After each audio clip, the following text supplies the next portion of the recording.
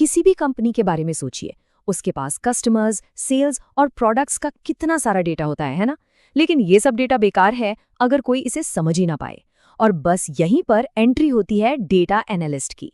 उनका काम है डेटा की इस समुंदर में से मोती निकालना और कंपनी को सही रास्ता दिखाना। तो सवाल ये उठता है कि एक डेटा एनालिस्ट असल में करता क्या है। आज हम यही समझने वाले हैं।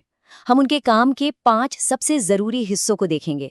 वो डेटा को तैयार कैसे करते हैं, उसका मॉडल कैसे बनाते हैं, उसे विजुअलाइज कैसे करते हैं, उसका विश्लेषण कैसे करते हैं और आखिर में उसे मैनेज कैसे करते हैं।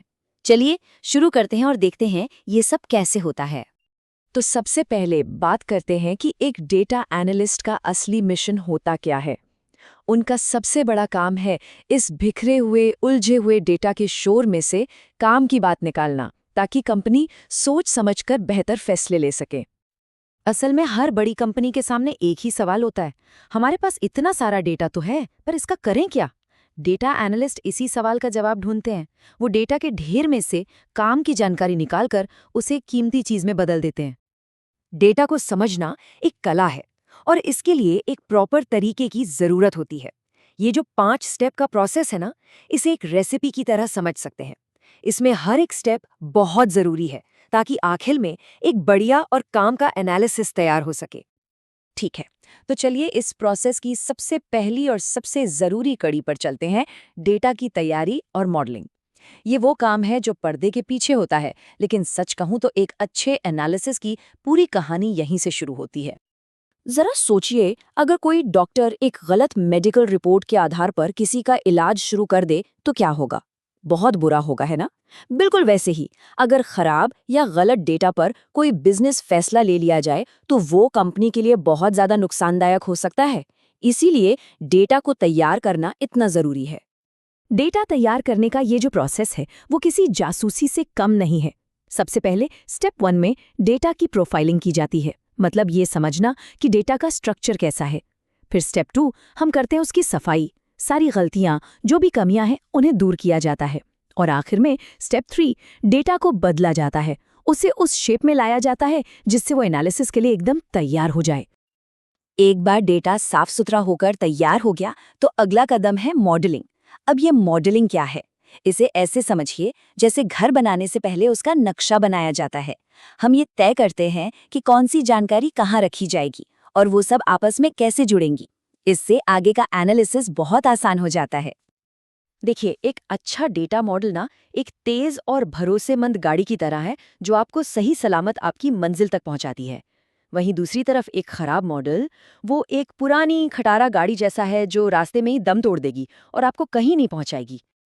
चलिए अब आते हैं सबसे मजेदार और क्रिएटिव हिस्से पर, विजुअलाइजेशन।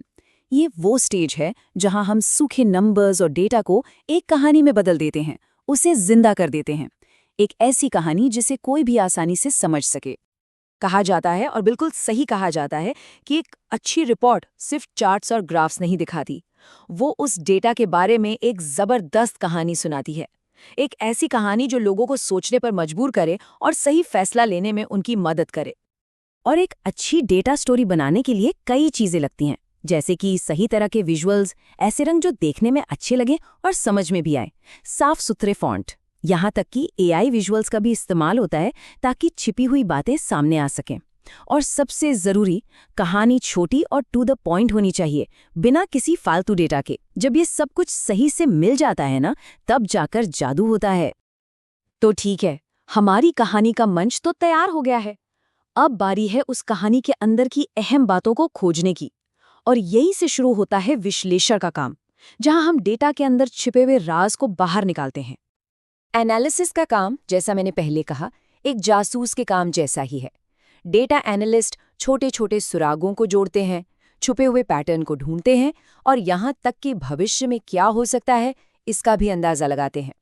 असल में वो डेटा की मुश्किल भाषा को आसान भाषा में ट्रांसलेट करते हैं।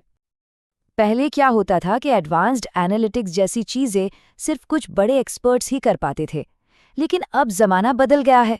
आज के मॉडर्न टूल्स की वजह से कोई भी डेटा में गहराई तक जाकर उसका एनालिसिस कर सकता है और भविष्य के पैटर्न का अंदाजा लगा सकता है।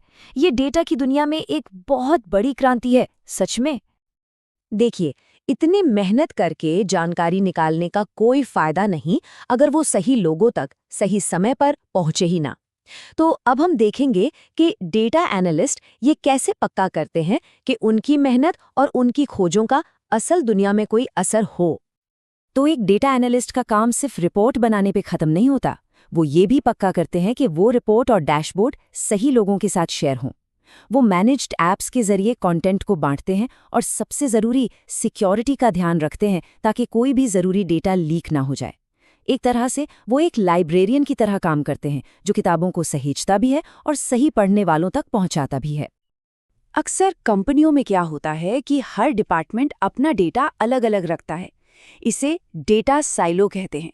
इससे बहुत कंफ्यूजन होता है और एक ही काम बार बार होता है। एक अच्छा मैनेजमेंट सिस्टम इस प्रॉब्लम को सॉल्व करता है और ये पक्का करता है कि सब लोग एक ही सही जानकारी पर काम करें। और इस पूरे प्रोसेस के आखिर में हम डेटा को सर्टिफाई करते हैं, मतलब उस पर एक क्वालिटी का ठप्पा लगाते हैं। ये एक गारंटी की तरह है कि हाँ, ये डेटा भरोसे के लायक है और कंपनी में कोई भी इसे पूरे कॉन्फिडेंस के साथ इस्तेमाल कर सकता है।